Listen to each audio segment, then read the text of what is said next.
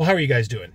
Some late breaking news. I have just heard from a pretty reliable source inside Wizards of the Coast that Project Sigil, that is the VTT that's integrated with D&D Beyond, has the Unreal Engine, I think, kind of powering it.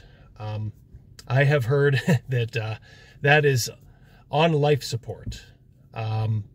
They have let go just about all of the staff. I think it's like pretty much like a skeleton crew, and I mean skeleton crew. And that's probably just to kind of service things until they can kind of shut it down with a little, probably with a little dignity. But yeah, I guess the reason was from my source inside Wizards of the Coast is that just nobody was using it. I think, in a way, it might have been kind of a victim of an accumulation of things.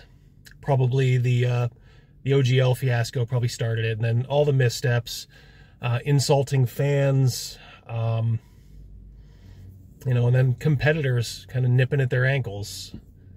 There's always Pathfinder, Shadow Dark, the OSR, and honestly, there's people probably just went elsewhere for this, and it is unfortunate. I would caution you not to celebrate it.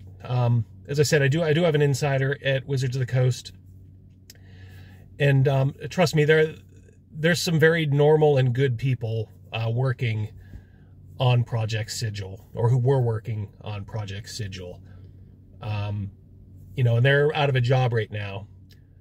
So like I said, it's just sort of a kind of a sign of the times, I think, for Wizards of the Coast. Like I said, this is a bit of a self-inflicted wound. This is not going to look good, because I think they dumped quite a bit of money inside this thing, and I think they just decided to pull the plug because they didn't really see a future for it. Like I said, I'd actually seen some inside looks at some of the character models they were doing, and even though VTT is not my thing, I was pretty impressed with some of the stuff they were doing. Like, there were some people inside working on that thing that got old school role-playing. Bad news, keep those folks in your thoughts. Like I said, there's some good people, actually. I do know that for a fact, that were impacted by this.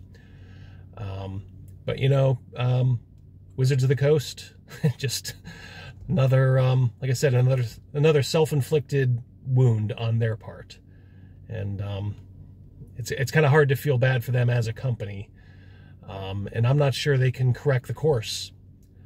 I think public momentum is just against them right now. COVID's over. Quite frankly, D&D 2024 is not going the way they wanted it to. Professor Dungeon Master did a recent video where he actually showed the book scan numbers, or maybe their rankings on like the USA Today list, and none of these books are even cracking the top 50.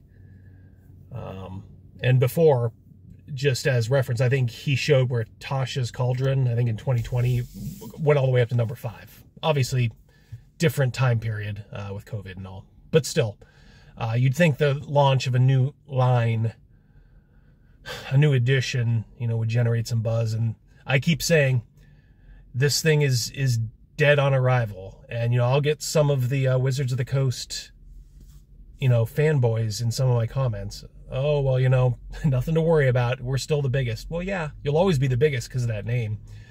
But sometimes being the biggest doesn't mean you're financially successful. D&D was the biggest name in role-playing, when TSR went bankrupt. So, keep that in mind. And I'm not saying, the Wizards of the Coast or Hasbro's, in that kind of trouble.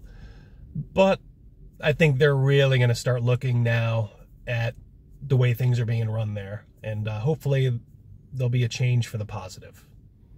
So that's what I got for you. Again, I guess This is from a source inside, so this could be rumor. I mean, who knows? Maybe it's not true at all, or maybe they will change their mind, which, you know, is you know, in the realm of possibility. But from what I hear, they're down to under 5 people now in Project Sigil. And if you know anything about this kind of stuff, that is probably just to kind of service things as they go dark. You know, because you wouldn't let go a bunch of talented people, you know, just to, you know, hire, you know, staff back later. Just, it wasn't being used, I guess, unfortunately. And again, those are the boneheads at Wizards of the Coast. It's their fault entirely. It's not the people who were working hard behind the scenes. So, all right, that's all. Like I said, breaking news. I'll catch you guys later. Peace.